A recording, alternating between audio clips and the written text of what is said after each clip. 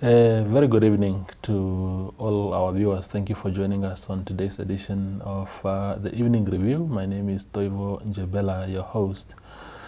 Tonight we have a very interesting conversation lined up, and it's in light of the national budget recently tabled by Finance Minister Iipumbu Shiimi. A lot of stuff gets said during times like this, but there are voices that we often do not hear from. And in light of this, of that background, I have a guest who will introduce himself and then we get into that. Good evening, young man. How are you? I'm good, thank you. It's nice to be here Yeah, tonight. wonderful, wonderful. What's your name? My name is Roelf Steytler. Roelf Steytler. Yeah. Okay. You are a student. You're in school. Yes. How old are you? I'm 14 years old. You are 14 years old. Okay. Rolf, I want us to talk about the national budget, and that is because I didn't pick you randomly. I saw your tweet just a few days ago. I'll read it for our audience, and then we can get into that. Okay. So you said, in reaction to the budget of the minister, I definitely did not expect an increase of that magnitude. I fear the budget is too large, considering that our budget deficit is more than 5% and our debt to GDP ratio is approaching 70%. I am also disappointed in the fact that interest has a higher share than development funds. That is a very a very strong tweet by a 14-year-old. Yeah. So thank you for your time, Rolf. Let's go into just these issues that you raised. When you say that you did not expect an increase of that magnitude, if you can reflect a bit more, what did you expect? So, if I'm not mistaken, our budget last year was around $69-70 billion. And this year it's about 84.4 billion Namibian dollars, which is quite frankly a huge increase, 10 billion Namibian dollars. So as a student or as an economic fanatic, I would have expected that the economy would the budget would have increased by maybe 5 or 2 billion Namibian dollars, because I think an increase of that margin is way too large for a fiscal year. And what I would, perhaps if the minister would have is watching this, I would advise that the budget would rather increase slowly as the years progress. Yeah. Tell me, what do you see as an issue with an increment? If I work here at Namibia Media Holdings and they tell me that my salary has now been increased by a certain amount, I ought to be happy and not have any issues. I mean, okay, fine. They are saying that the tax collections have been very, very good, and that might have led to that projection that is now much higher. Don't you think it's a good thing for the country if there's more money in the kitty, or at least more anticipated funds in the kitty? We also have to look at things long term, right? Yeah. So we can be happy today that we have $10 billion added to our budget, but in the future, 2030, 2035, when our next generation, me and my fellow friends, they see this, that debt has been piling up and piling up and piling up. That debt is ours to pay. And us as a generation, we don't want to spend our lives paying debt, and we don't want the government to struggle to pay debt. Yeah, it's a good point. It's a good point, especially knowing that part of that huge allocation, quite a chunk of that will go to debt servicing. And then you spoke about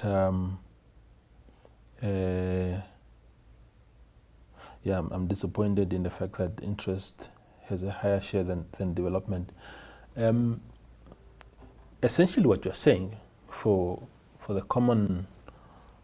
a layman like myself, what you're saying is that the amount of money that has been put aside to service the debts is more than the money put aside for development.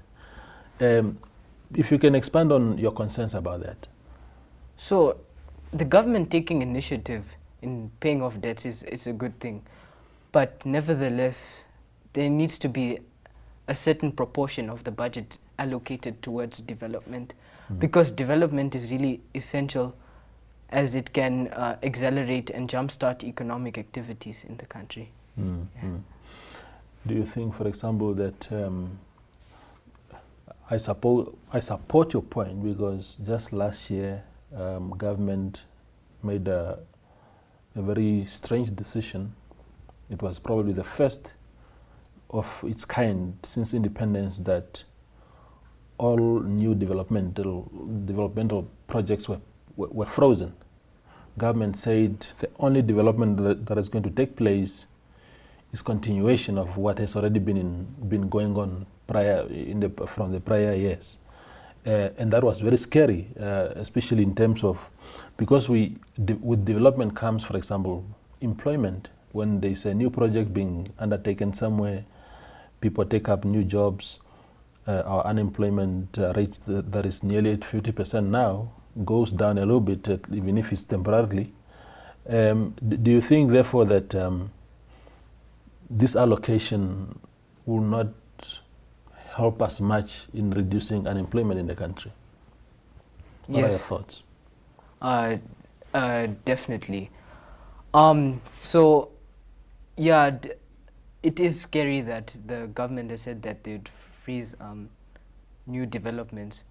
But the thing is, it is really essential, and just one job like digging dirt from the ground is an economic activity, in which that person probably gets paid $10 or $20 a day, but that person, he gets that money and he spends it at the shop.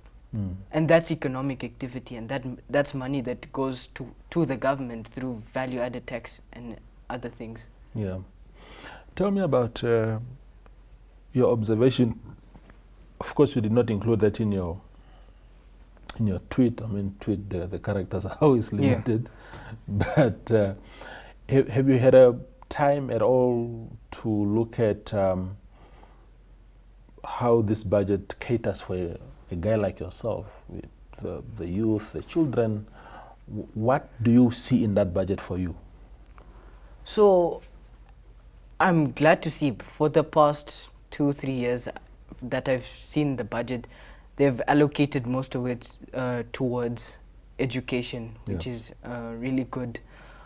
But for me, I go to a private school, so it doesn't affect me as much, but I think the government can do more towards uplifting the youth and just providing a better quality of education for the people.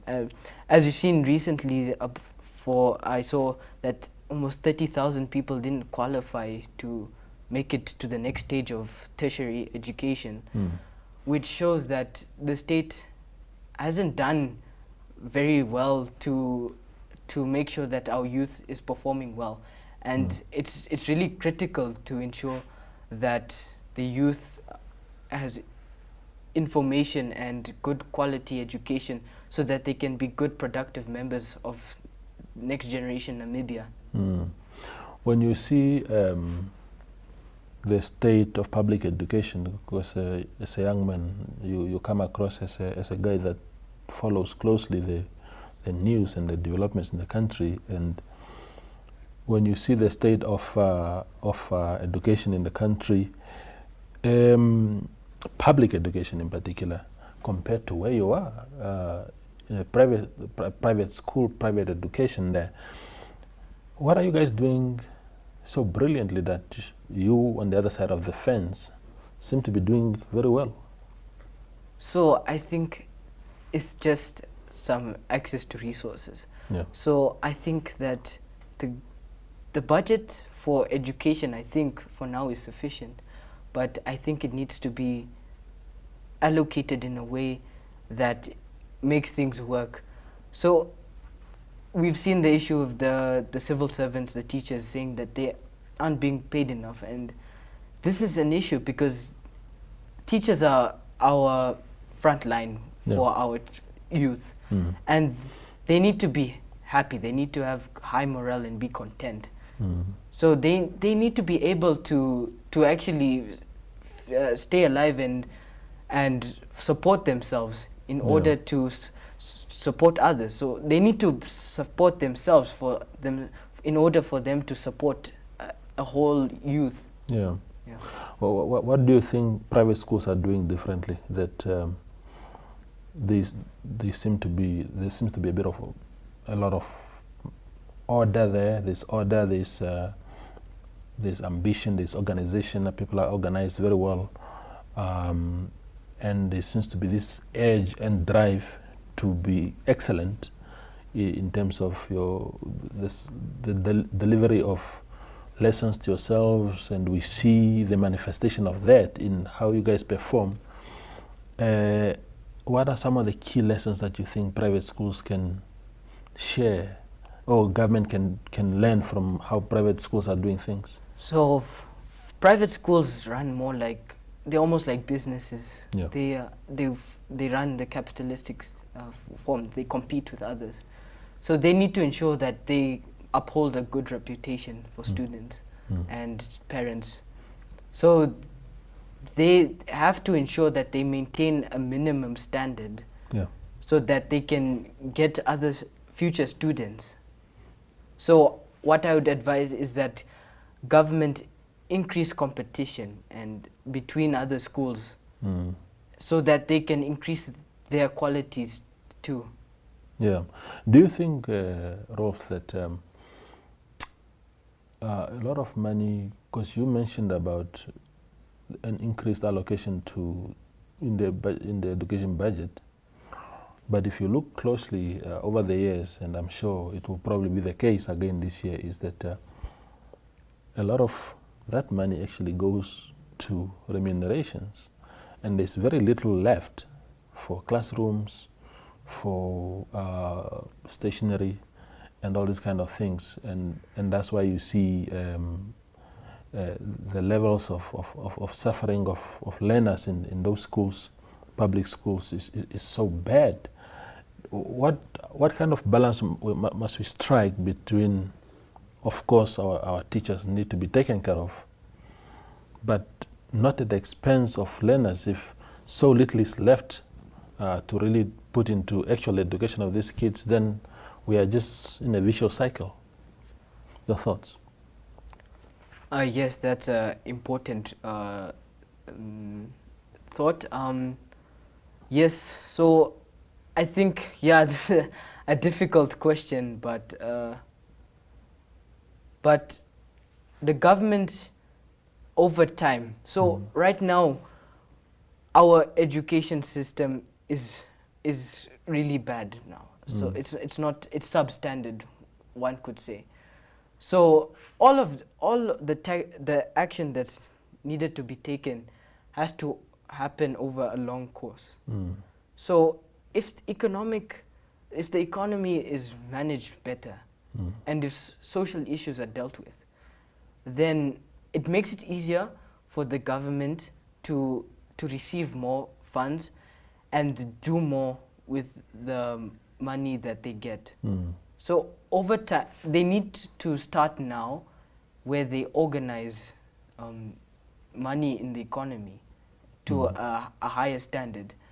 And then over time, as more and more money is collected by the government and less of that money is going towards debt, more of that money can go towards helping teachers and students.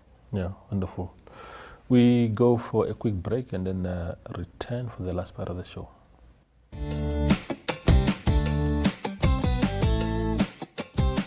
The My.NA Cars Show provides viewers with the best in-class cars content, engaging interviews, as well as a showcase of the latest cars-related news, products, and services.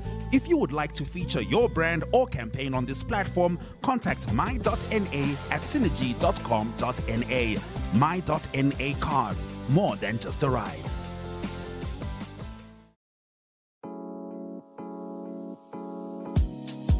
My.NA Property Show provides viewers with the best in-class content, engaging interviews, as well as a showcase of the latest property-related products and services. If you would like to feature your brand or your campaign on this platform, contact My.NA at synergy.com.na. My.NA Properties, more than just a roof over your head.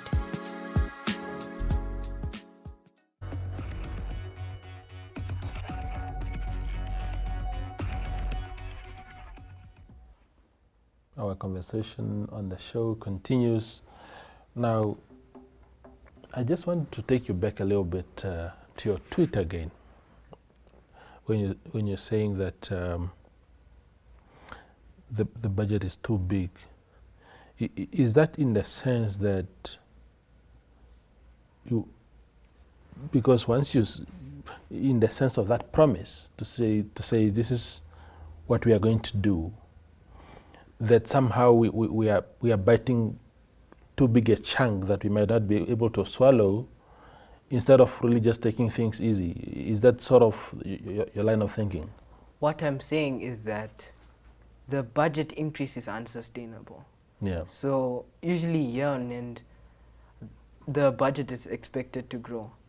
And that growth of that magnitude of around 10 billion Namibian dollars is unsustainable.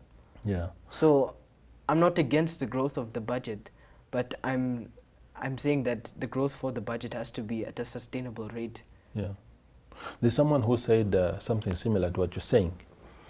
An adult, not a 14-year-old like yourself. So, but you are in tune with that adult, and it's really a revered and respected person in this space of economics and whatnot. And he was saying that, and I alluded it a little bit to it in my editorial last week, where I said that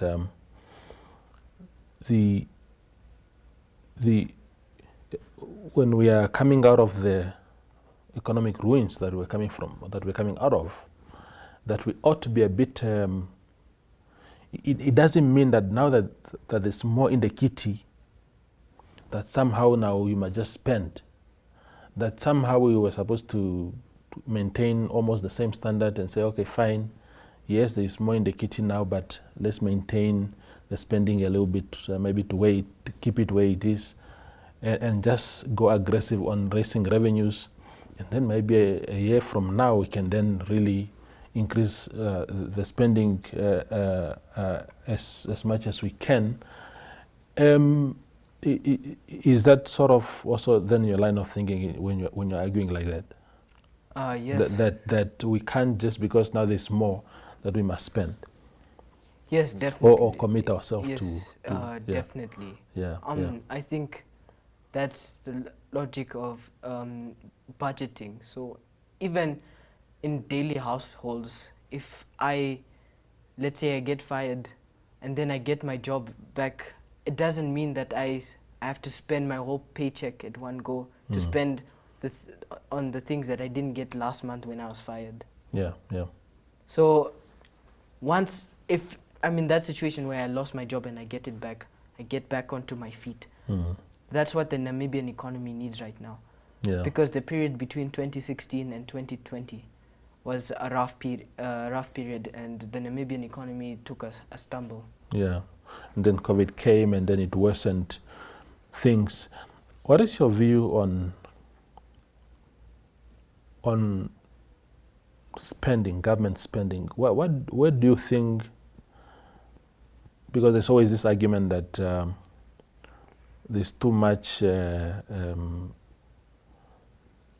social spending, which many people see as very unproductive, because yes, you are helping people maybe with old age pension and whatnot, but it doesn't grow the economy. It's money that goes to, everyday needs of the people.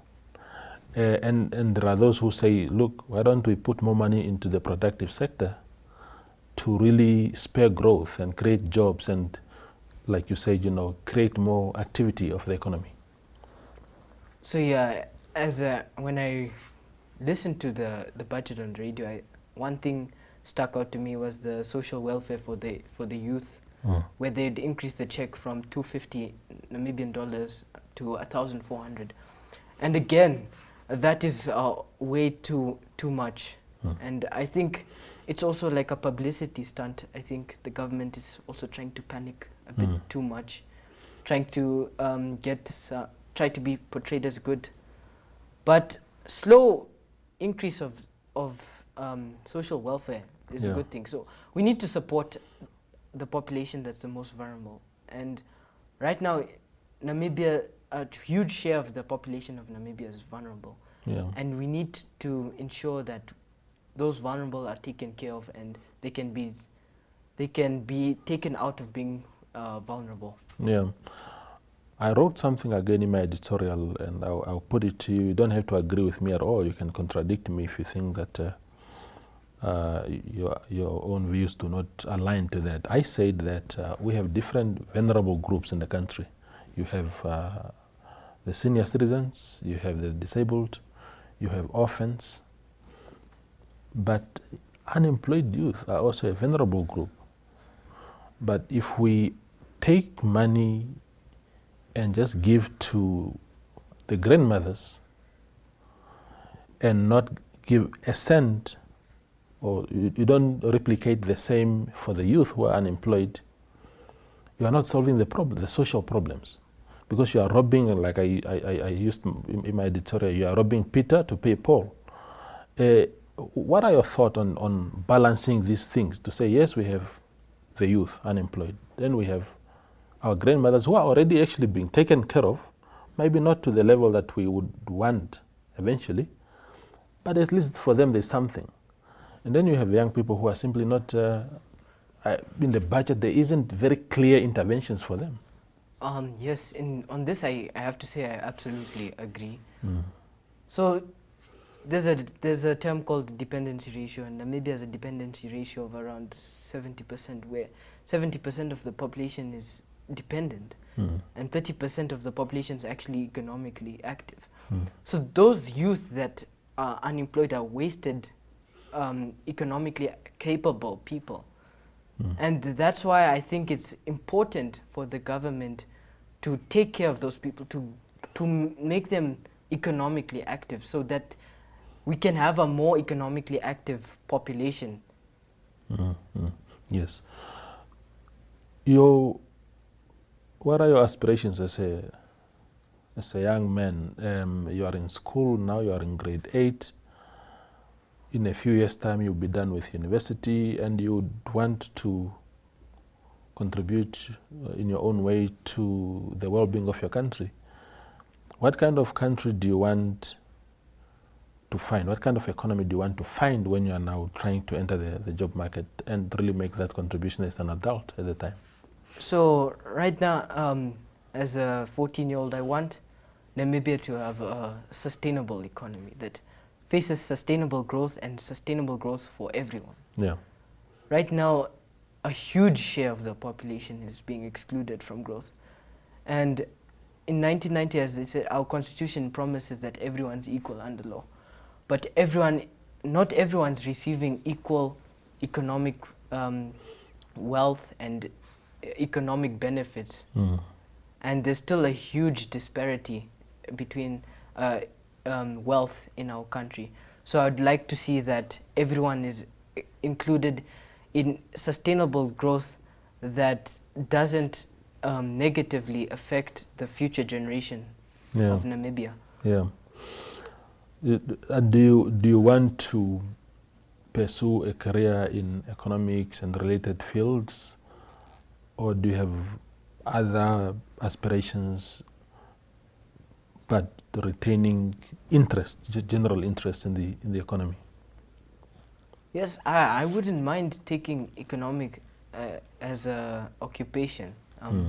Ever since I was very little, I've taken a passion into economics and the study of social sciences.